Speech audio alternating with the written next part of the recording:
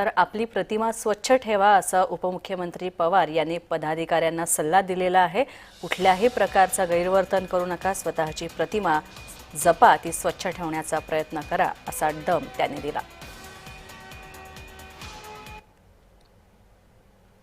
माझी तरुण कार्यकर्त्यांना विनंती आहे की थोडं अंग झटकून आणि काम करत असताना स्वतःची प्रतिमा ही स्वच्छ ठेवण्याचा प्रयत्न करा।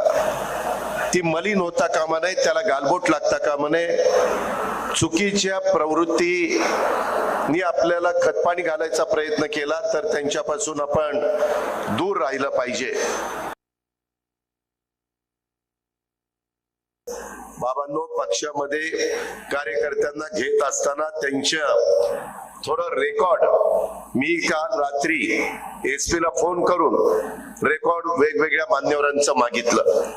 त्यामध्ये आपण ज्यावेळेस लोकांना सांगतो असं वागलं पाहिजे, त्यावेळेस आपल्या अवतीभोवती देखील चुकीच्या प्रवृत्तीची लोक असता कामा नये। आणि ती खबरदारी एक मला झेड कॅटेगरी असल्यामुळे पोलिसांचं पण आहे, पण आपल्या कार्यकर्त्यांचं पण आहे, प्रमुख देखील मान्यवरांचं आहे।